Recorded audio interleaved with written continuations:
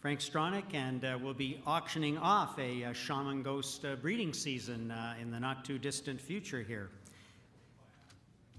Our next inductee was born in Toronto and enjoyed 50 exciting years in the game. He was the iconic voice of Canadian racing, whose clarity, accuracy, and passion added masterful crescendos to our most famous races. The Canadian Horse Racing Hall of Fame is proud to induct Dan Loiselle.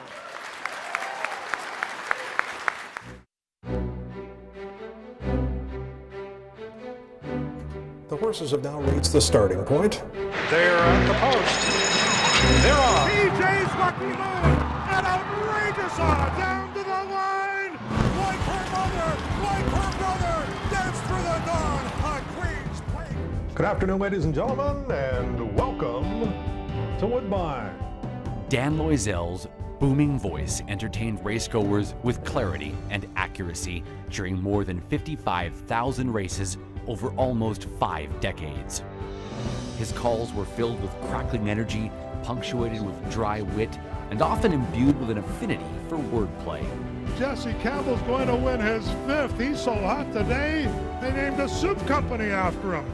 A third-generation member of the Loiselle family to be employed by the OJC, Dan's passion for calling races began as a 10-year-old at Greenwood when he would record his voice and ask the race caller to critique his calls. He honed his craft listening to calls by greats Paul Hanover, Stan Bergstein, and Darrell Wells Sr. Starting at age 15, Loiselle worked in Greenwood Standardbred Racing Secretary's office as chart caller. 2 years later, in 1969, his storied career behind the microphone and a pair of binoculars commenced at St. Catharines Garden City Raceway. In 1986, Loiselle's career changed dramatically when he was asked to become the thoroughbred announcer at Woodbine, resulting in him providing the soundtrack to some of the finest moments in Canadian horse racing history. Over 28 editions of the Queen's Plate and 5 Triple Crown champions, including With Approval, Isvestia, Dance Smartly, Pete Ski, and Wando. And Canada salutes the Breeders' Stakes winner and the Triple Crown champion. Wando was better than wonderful this afternoon. He was magnificent. Dan concluded his race calling career on May 31st, 2015 with 3 simple words. And that's that.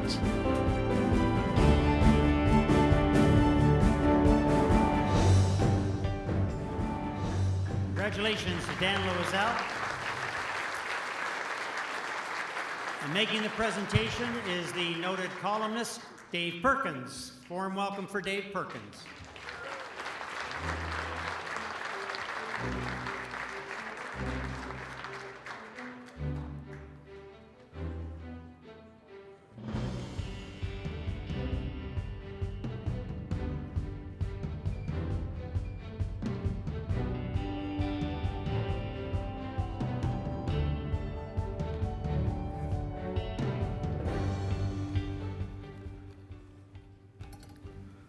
What's funny is I was walking up here tonight, I thought we have a lot in common, and none of us know what I'm going to say.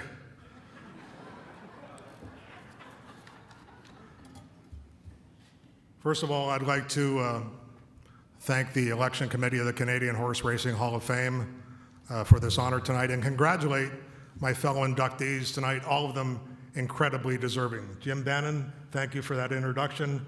And Dave Perkins for the presentation. Dave Perkins, one of the iconic sports writers in Canada.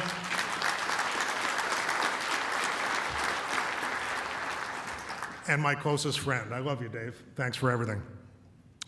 Since I was 10 years old, all I ever wanted to do was call races, and I got to call my first race at Garden City Raceway when I was 17 years old. But what I really wanted to do was call a race at Greenwood. To me, Greenwood was it. It was the Taj Mahal. It had the Canadian Pacing Derby. It had the Maple Leaf Trot. It had the Grand Circuit. And finally, one Saturday afternoon, I got the opportunity. Our regular announcer, Jack Stevens, had prior commitments, and I was the man. And I say Saturday afternoons, the only time we raced on Saturday afternoons at Greenwood was during the winter meet. And a lot of you can remember that. And those days were magical.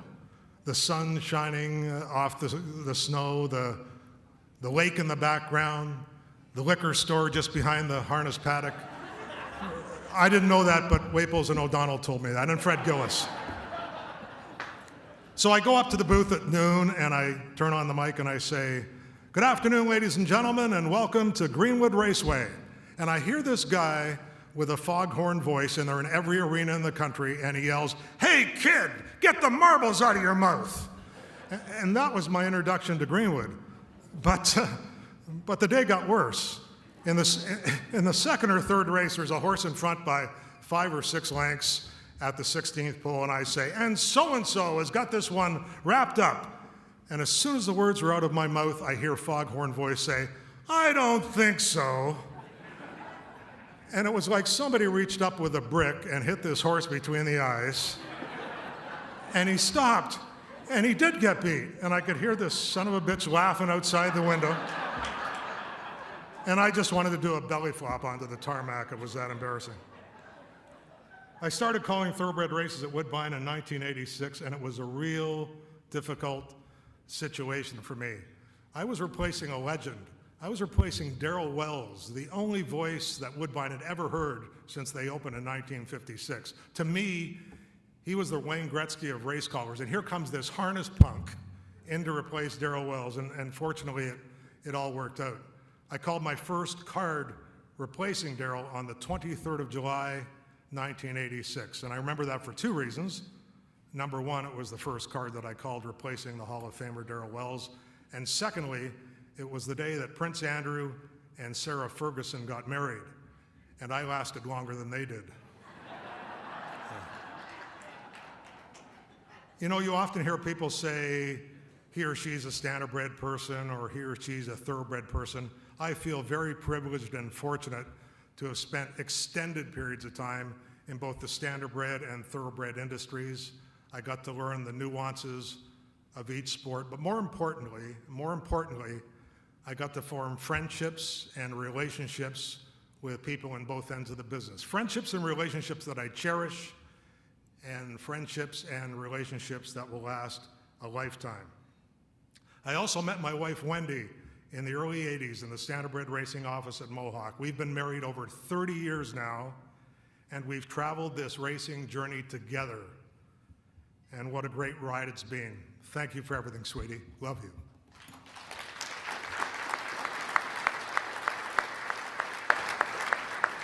And thank you, ladies and gentlemen. Thank you for all the kind words and the generosity that you have shown me throughout my career.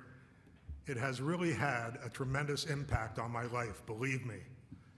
And if Foghorn Voice was here right now, he'd say, "Shut up and sit down, you've said enough." And he'd be right. Thank you.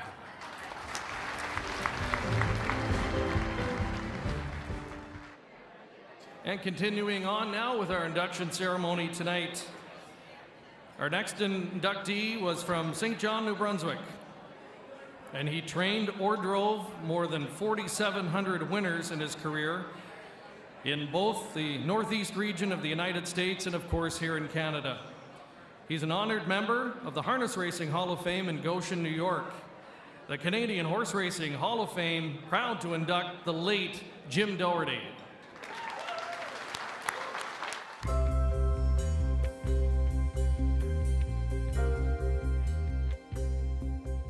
The late Jim Doherty, known as Gentleman Jim and highly respected by his peers, started his horse racing career working for Milton Downey in his home province of New Brunswick before moving to New England in 1969, where he soon became one of the leading trainers and drivers at Rockingham Park and Foxborough Raceway. His next move was to New Jersey in 1976 when the Meadowlands opened. There, he trained and drove a large stable for the better part of 40 years. Doherty developed numerous champions during his career as a trainer-driver, including $3 million earner and 2002 United States Trotter of the Year Fool's Gold, and Starship Enterprise, winner of the Valley Victory and Canadian Trotting Classic in the late 1990s. Jim Doherty, Gentleman Jim, has brought Starship Enterprise to a 3-length advantage to win the He also drove Green with Envy, two-time Older Pacing Mare of the Year in 1984 and 1985. Jim's calm, consistent manner when working with difficult horses brought him success with the hot-headed, no-nonsense woman, 1997 Dan Patch 3-year-old Trotter of the Year, following a year that included 14 wins in 17 starts on the Grand Circuit. During his career, Doherty drove or trained winners of 4,700 races and 45 million in purses. In 2003, Doherty was inducted into the Harness Racing Hall of Fame in Goshen, New York.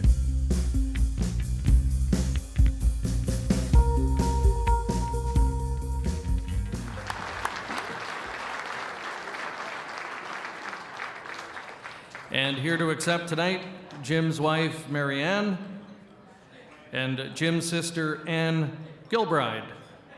And to make the presentation, a man who would have competed against Jim many times in his career, and Hall of Fame member himself, Bill O'Donnell.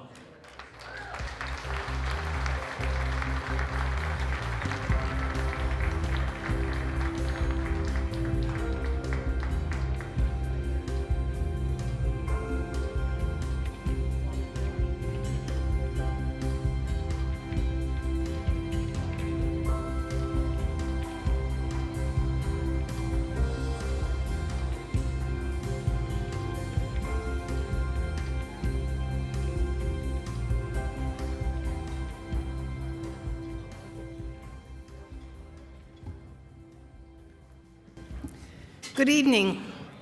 Mary Ann and I, and other members of the Doherty family, are pleased to be here this evening for Jim's induction into the Canadian Horse Racing Hall of Fame as a trainer and driver.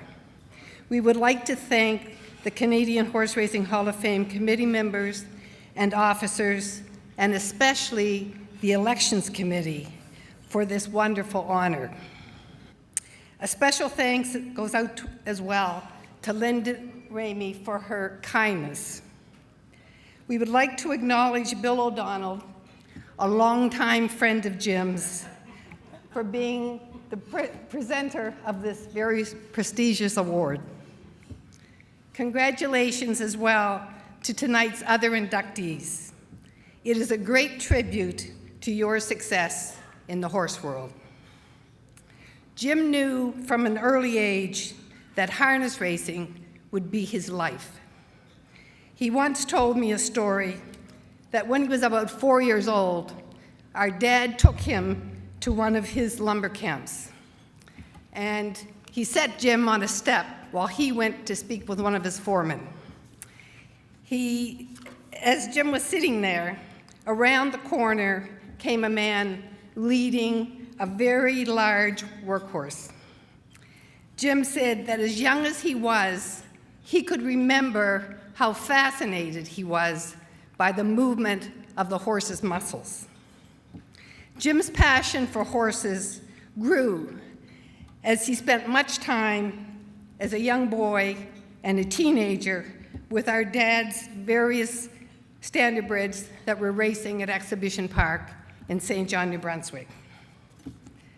Jim drove his first drive in a matinee race at the age of 15. He purchased his first racehorse while still in high school. And upon graduation, he began a racing career that would last him a lifetime. As my husband Paul says, few people wake up every morning and get to do what they love most in life. Jimmy was one of those lucky people. Jim was very respectful of others and often offered advice and encouragement to others. He became known as Gentleman Jim Doherty, a name that suited him very well. Jim would be so pleased and honored to be here this evening to accept this award. Jim was a true horseman. Once again, thank you for this induction of Jim Doherty into the Canadian Horse Racing Hall of Fame.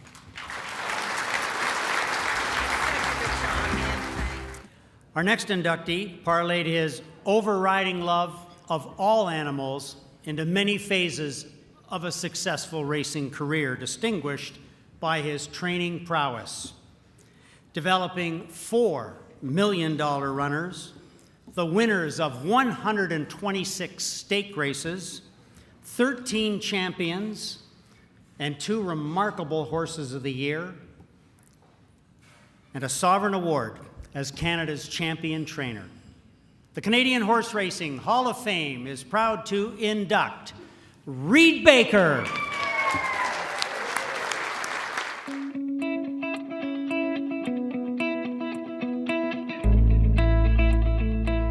From the time he received a gift-wrapped pony for Christmas, Reed Baker has been passionate about horses. He groomed for Winfield's farm trainer Pete McCann. He galloped horses Kennedy Road, Number to Count, and Snow Night, and was agent for jockeys Gary Stahlbaum, Hall of Fame jockey Avelino Gomez, and Western Canada champion Ron Hansen. He started an international bloodstock service, has sold horse insurance, and even sold mutual tickets at Woodbine. Baker bred stakes-winning horses include Annihilate, Brock Street, and Mysteriously. As manager of racing operations for Rick Kennedy, Baker is credited with the success of champion Horse of the Year, A Fleet. Baker's training credentials include the 2005 Sovereign Award for Outstanding Trainer and over 1,100 race wins to date, including 126 plus stakes events. Pupils Fatal Bullet and Biofuel earned Horse of the Year honors. Bear Now is one of 13 Baker-trained Sovereign Award winners, and along with Fatal Bullet, Judith's Wild Rush, and Breaking Lucky have earned $1 million plus. Breaking Lucky McElhaney for Baker!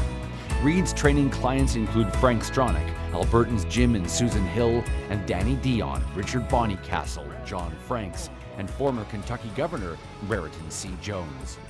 Baker has been president of the Jockey Agents Benevolent Association in New York, director of the CTHS, the HBPA of Ontario, and supporter of Woodbine's Backstretch Chaplaincy Program. Away from the track, Reed raises and exhibits prize-winning poultry, and he was co-breeder of a world record producing Holstein cow.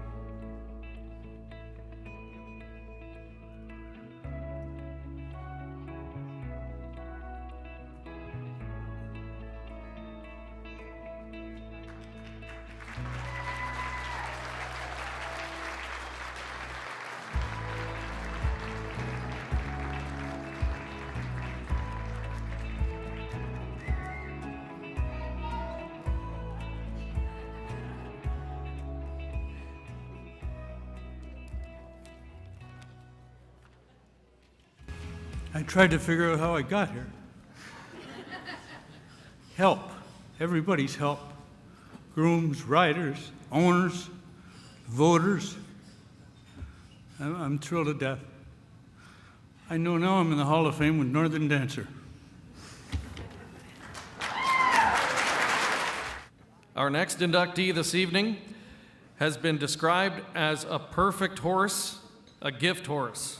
His stout quarters propelled him to victories in the Cane Pace, the Little Brown Jug, and the Messenger, which comprise Pacing's Triple Crown. And he was recognized as the 1999 Horse of the Year, both here in Canada and the United States. His highly successful stallion career concluded just last year, and the Canadian Horse Racing Hall of Fame is proud to induct Blissful Hall.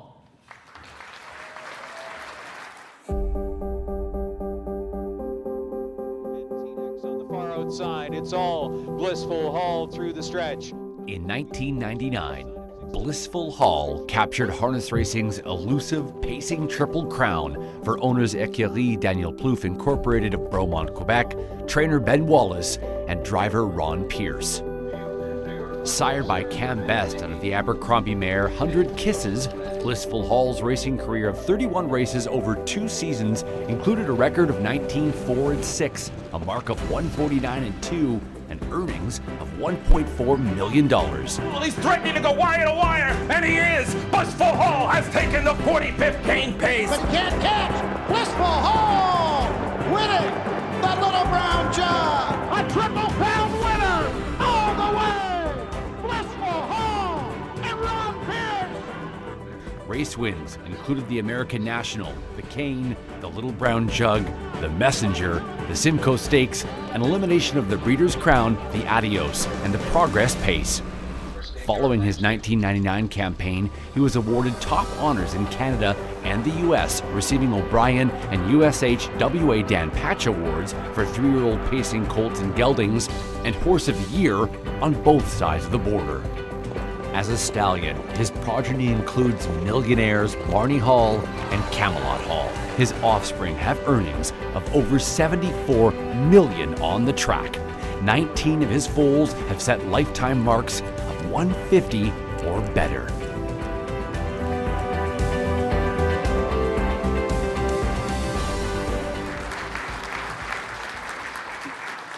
And this is quite a reunion tonight. Accepting is Blissful Hall's owner, Danielle Plouffe. Making the presentation will be Blissful Hall's trainer over his wonderful career, Ben Wallace.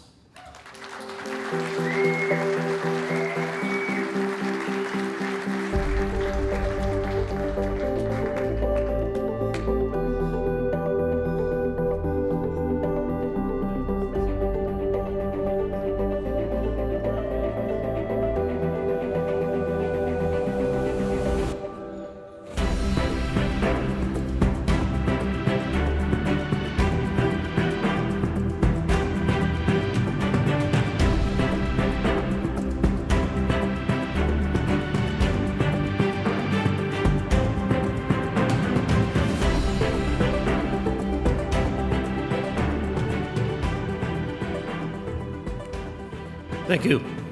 I think I initially got to preface this by speaking from Blissful Hall's point of view. And I know if he was here, he would firstly thank the Canadian Horse Racing Hall of Fame, and specifically Darrell Kaplan and Linda Rainey for putting this wonderful evening together and sustaining the credibility of what we need in our industry to reward and honor all the winners. Secondly, I know Blissful Hall would thank this man for purchasing him, because there is, without a doubt, no honorable person to train for, to work with, and to be a friend of. And lastly, the horse himself. I mean, he checks every box when it comes to superlatives. He was just an absolute gentleman, a professional. So proud to be around him. And finally, he is where he belongs, in the hall, and he's running in a field in Lexington, Kentucky, provided by Mr. Plouffe. But in changing things up a little bit, I have something that's a little off the cuff. If Blair Keeling would come up. I believe he's here. I'm going to present something that Daniel Plouffe hasn't seen in 19 years. This is the original. This is priceless. This is the original blanket that Blissful was awarded close to 20 years ago. I've had it.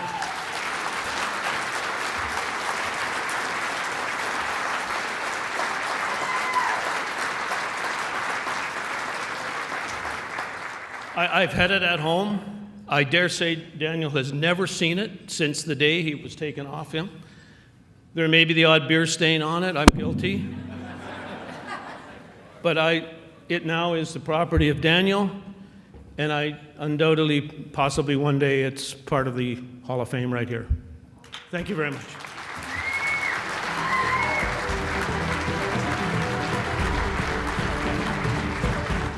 Our final inductee this evening was born in Toronto but is now a resident of Lexington, Kentucky. He is the highly enterprising owner and president of Hillendale Farms, Kentucky, which he has developed into a leading stallion farm and leading sales operation.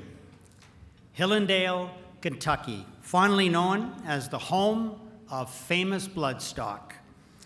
Tonight, he joins his father, John Secura Jr., in the Hall of Fame. The Canadian Horse Racing Hall of Fame is proud to induct John G. Secura.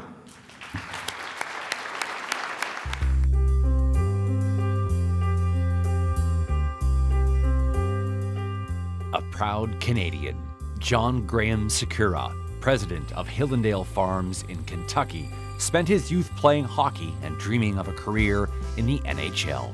He also shared a passion for thoroughbreds with his brother Glenn and their late father, 2013 Hall of Fame inductee John Secura Jr., founder of Hillendale Farms near Toronto in the late 1960s. John followed his hockey dreams through college before concluding with a pro stint in Denmark. Ultimately, his passion for horses won out. When his father bought a farm in Kentucky, the younger Secura moved to bluegrass country. Today, Hillendale's stats include breeding and selling 5 world record horses, including Better Than Honor as the most expensive broodmare sold at public auction for $14 million. The farm has sold almost 100 horses for $1 million or more and has credit for breeding Belmont Stakes winner Touch Gold and co-breeding Preakness champion Cloud Computing. Cloud Computing wins the Preakness! In 2016, the Hillendale sales surpassed $27 million. When the original Hillendale site in Lexington became too small, John acquired the 1,300-acre Northridge farm, famously known as Seattle Slew's final resting place. Hillendale has been the home of champions Theatrical and Seattle Slew Son Vindication. Horses currently standing on the farm include Stormy Atlantic and Curlin, sire of numerous Group 1 champions.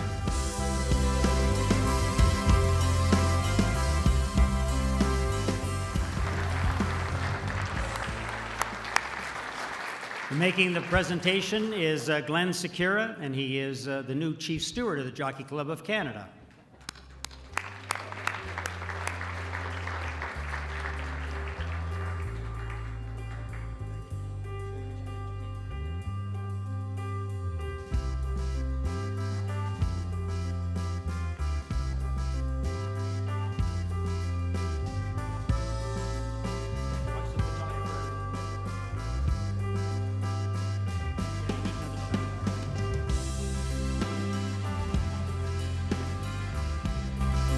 And before John speaks, I have a letter that I'd like to read, and it reads, John Secura couldn't play hockey like Wayne Gretzky, and he couldn't figure out how to work with D. Wayne Lucas.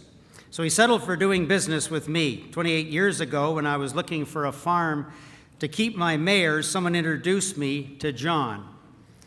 We hit it off immediately. His handshake, his promise, his word, his bond, integrity, unquestionable. And I've been in business with Hillendale ever since.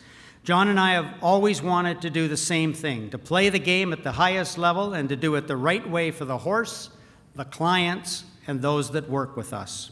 I'm sorry I can't be with you tonight. Well, not that much. Delmar is a pretty nice